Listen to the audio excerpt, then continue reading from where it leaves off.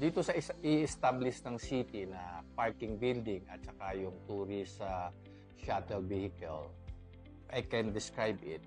Dito sa parking building, dito ipapasok naman natin yung smart parking management, wherein the tourists can make reservation kahit parating pa lang sila.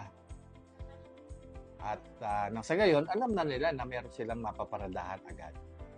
At yun namang ating mga tourist shuttle vehicle, ito yung open roof para mapil nila ang lamig ng Baguio. At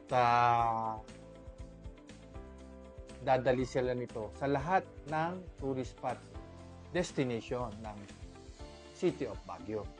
At doon naman sa cycling enthusiasts, meron silang marirentahan na pedal assist electric bike. Di ba? Ang ganda. Less pollution, less vehicles, that the tourists and Baguio residents can enjoy the City of Baguio. Kung yan po ay matutuloy.